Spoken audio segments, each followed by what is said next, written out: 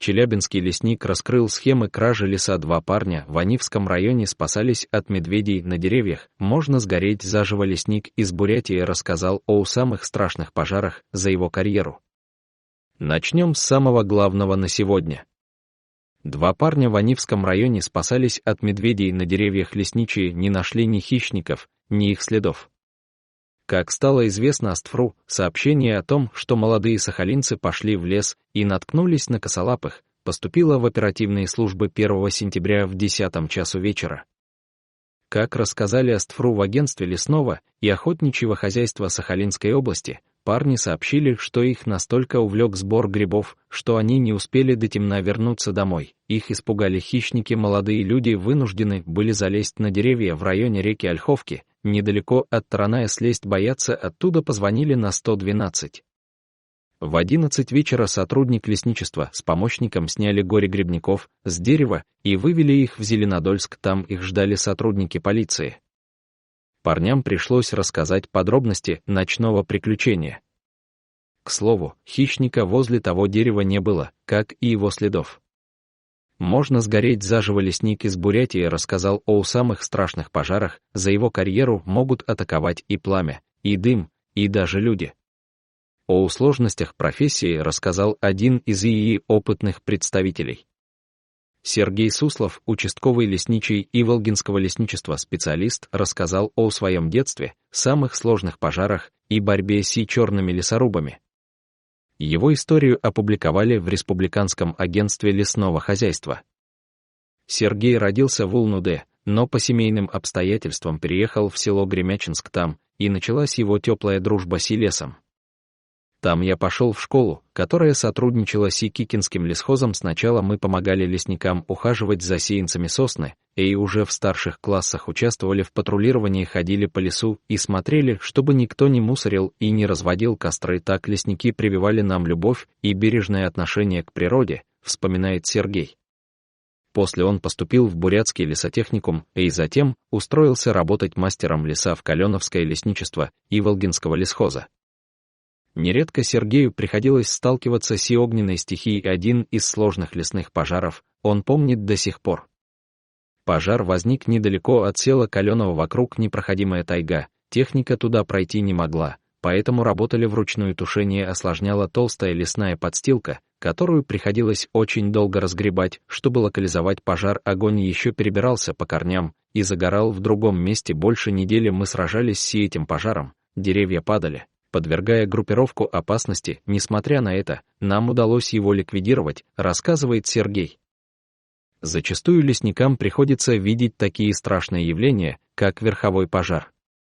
Каждый лесник знает, насколько опасен верховой пожар, он не щадит ничего на своем пути. Один момент, я вспоминаю как страшный сон, мы тушили лесной пожар вблизи села Красноярово, его уже опахали, но неожиданно сменился ветер, пожар перешел в верховой и пошел на нас стеной. Верховой набирает очень большую температуру. Попадая в такое пламя, можно сгореть заживо. Мы решили провести встречный отжиг, чтобы остановить распространение огня. Когда 2 огня встретились, раздался мощный хлопок, щепки и угли летели в разные стороны. Нам удалось остановить пламя и затем успешно ликвидировать пожар, вспоминает Сергей.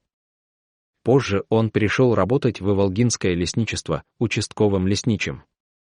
Одна из основных задач — это предотвращение незаконной заготовки древесины. Каждый день мы патрулируем леса, несмотря на погоду, время суток и выходные. Порой приходится по несколько часов сидеть в засаде, поджидая нарушителей. Сложность заключается в том, что люди встречаются разные, кто-то может даже кулаками накинуться, поэтому приходится всегда быть начеку, поделился Сергей.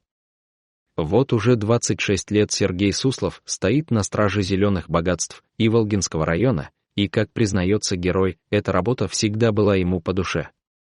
Супруга даже порой шутит, что я никогда не уйду с лесничества, мне нравится моя работа, лес дает мне силу и энергию, которая помогает чувствовать себя просто отлично. Думаю, что было предначертано мне судьбой стать лесником, с улыбкой рассказывает Сергей. Вот так проходят будни людей, защищающих лес. Чуть ранее челябинский лесник раскрыл схемы кражи леса. Жители не верят Текслеру и пишут открытое письмо прокурору. Карталинцы уверены, что главный лесник намерен развалить лесхоз.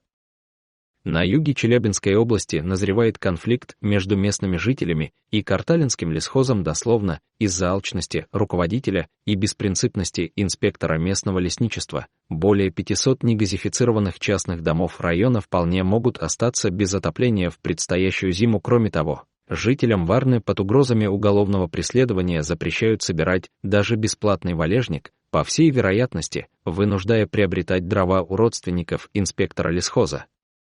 Жители Варны больше года безрезультатно пытаются достучаться до чиновников различных инстанций, имея внушительный перечень фактов об административных и, как говорят, даже уголовных правонарушениях, однако им возвращаются отписки и завуалированные угрозы. После долгой и безрезультатной борьбы с коррупцией бывший местный лесник подробно рассказал, по какой причине на юге региона массово горят леса, и раскрыл несколько ходовых схем кражи леса.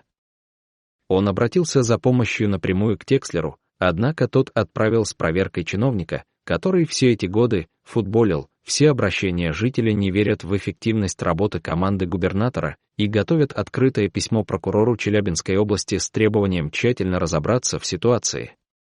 Губернатор Челябинской области Алексей Текслер распорядился отправить руководителя Главного управления лесами региона Сергея Лаврова на встречу с жителями Карталинского района. Карталинцы подробно объяснили, почему не ждут от служебной проверки, которая назначена на 28 июля, никаких положительных сдвигов, и решили уже сейчас писать напрямую в прокуратуру. К завтрашнему дню, 24 июля, в Варненском лесничестве должны быть определены все делянки для заготовки дров владельцами негазифицированных частных домов. Таких в районе насчитывается более 1500, однако все документы о квотах на древесину, которые выданы местной администрацией, по факту не работают. «Делянок в лесу нет, покупайте дрова», заявляет инспектор Варненского участкового лесничества Юрий Плюхин. Сейчас населению нужно 4000 кубов леса на дрова, не выделено ни одной делянки. Люди вынуждены покупать порядка 10-15 кубометров леса по цене 9000 рублей за 5 кубов, то есть цена отопления каждого негазифицированного дома зимой достигнет 30 000 рублей, заявляет бывший инспектор лесхоза Варненского участкового района Карталинского лесничества Алексей Журихин. Бывший лесник утверждает, что дрова в лесу есть, однако все жители Варненского района собирать их боятся. На въезде дежурят инспекторы, которые под угрозой уголовного преследования, по статье 260 за спил живого леса, предлагают оформить административный штраф за рубку сухостоя, сумма от 3 до 5 тысяч рублей. Варненцы либо уходят ни с чем, либо соглашаются на штраф, чтобы собрать хоть какие-то упавшие ветки. Коллеги Журихина рассказывают, что в это же время в Карталинском лесничестве ведется массовая нелегальная заготовка деловой хвойной древесины. В Челябинской или Свердловской областях официально оформляется делянка под лесозаготовки, однако лесовоз по дороге пополняется в кварталах местной древесиной. Такие схемы позволяют переправлять в соседний Казахстан сосновый лес целыми фурами. В прошлом году на таможне было задержано 2 длинномера, в этом уже 6, уточняют они. Параллельно ведется незаконная вырубка леса под прикрытием пожаров. Глава лесхоза вместе с заместителями, которые являются его родственниками либо близкими друзьями, определяют себе хорошие делянки и рубят березы. Затем делянка поджигается, лес списывается под сгоревший, прихватываются еще некоторые площади, и заготовка дров продолжается в 2019 году. Таким образом сгорело порядка 400 гектар территории вместе с лесом. Всего за 3 года моей работы около 2000 гектар. Доказать умышленный поджог практически невозможно, расписывает собственное видение ситуации бывший лесник. При этом на тушении леса техники нет, вся она работает на лесозаготовках инспектора Плюхина. В минувшем году лесничие попросили помощи у местного депутата Александра Мотовилова, и он помог выбить новый трактор с плугом для опашки лесов и оборудованный УАЗ, однако и эта казенная техника работает не на пользу лесхозу, а задействована в засеве частных полей, когда инспекторы попросили бензин для работы и начали задавать неудобные вопросы главе лесхоза Юрию Попову, все были уволены, рассказывают участники конфликта. В итоге только за последние 3 года фактов административных и уголовных правонарушений собралось достаточно, однако варненцы не могут достучаться даже до Текслера. В прошлом году губернатору докладывали о проблемах с выделением делянок, в этом году делянок не выделили совсем. В минувшем году глава лесхоза Попов уже пытался объясниться с местными бизнесменами, которые занимались легальной заготовкой древесины, однако для них также ничего не изменилось, многие намерены бросить этот бизнес из-за отсутствия прибыли. Тем временем для своих древесина есть. Инспектором Варненского участкового лесничества является Юрий Плюхин, дрова населению предлагается приобрести у его сына, на которого оформлено П. Сергея Плюхина. Он же работает трактористом в лесничестве отца, он же был уже дважды осужден за спил живых деревьев по СТ-260 УК РФ, однако отделался штрафом и продолжает трудиться под присмотром отца, уточнил свою позицию бывший инспектор Варненского лесничества. Журихин не раз обращался напрямую к главному по лесам Сергею Лаврову с целью донести информацию о коррупции, однако каждый раз получал лишь отписки. Дважды лично был на приеме, писал с десяток писем, бесполезно, ни я, ни мои коллеги не верим в то, что с его помощью будут приняты существенные решения, он всегда все спускал на тормозах и ни во что не вникал, мы ему не доверяем, заявляет Журихин. Сейчас он вместе с бывшими коллегами и другими жителями готовит открытое письмо прокурору Челябинской области с просьбой разобраться в сложившейся ситуации. Документ, в том числе, будет передан на встрече 28 июля и главе регионального управления лесами Сергею Лаврову в очередной раз.